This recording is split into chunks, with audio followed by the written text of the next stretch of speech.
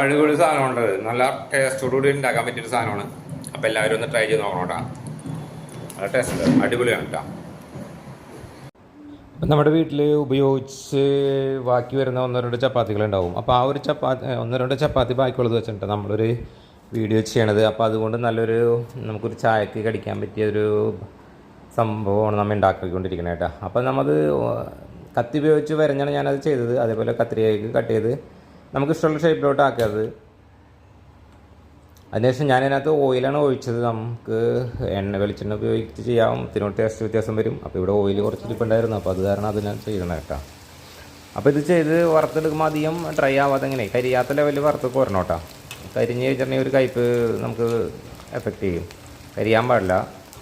അപ്പോൾ ഇതേപോലെ ഈ കളർ ഒരു ബ്രൗൺ കളർ ആകുമ്പോഴേക്കും നമുക്കത് കോരിയെടുക്കാം കേട്ടോ.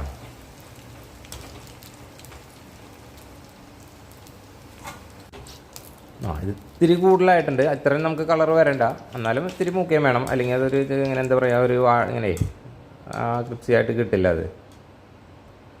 അപ്പോൾ ഇതേപോലെയാണ് സംഭവം ഇരിക്കുന്നത്. ഈ കളർ ഇത്തിരി കളർ വേണ്ട എന്നാലും.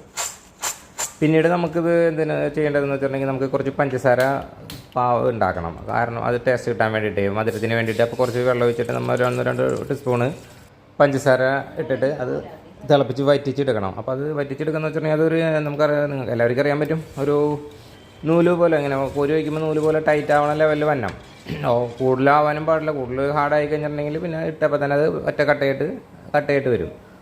അപ്പോൾ അതിന് വേണ്ടിയിട്ട് ഒരു ഏലക്കായ എടുത്തിട്ടുണ്ട്, കുറച്ച് ജീരകവും കൂടി എടുത്തിട്ടുണ്ട് കേട്ടോ, അതിനകത്ത് ചതച്ചിടാനാണ് കേട്ടോ. അപ്പോൾ ഇതിലും ഇത് പോരാ, ഇതിപ്പോൾ വെള്ളം വീഴുന്നവരാണ്. അപ്പോൾ ഇത്തിരിയും കൂടി ഇത് വേണം. അപ്പോൾ അതിനകത്ത് ആ ജീരകം ചതച്ചതും ഏലക്കായും കൂടി ഞാൻ അതിനകത്ത് ഇട്ടിട്ടുണ്ട്.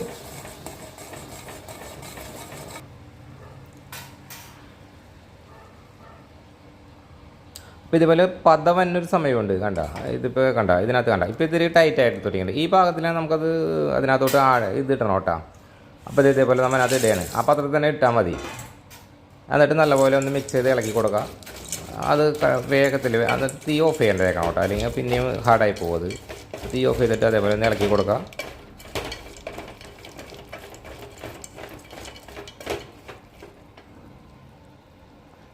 അതിനുശേഷം ഇതേ കണ്ടീഷനിലോട്ടാവും. നല്ലവണ്ണം ഇളക്കി കൊടുത്തു കഴിയുമ്പോൾ അത് ലൂസായി വരും. ഈ കണ്ടീഷനിലോട്ടാവും കേട്ടോ.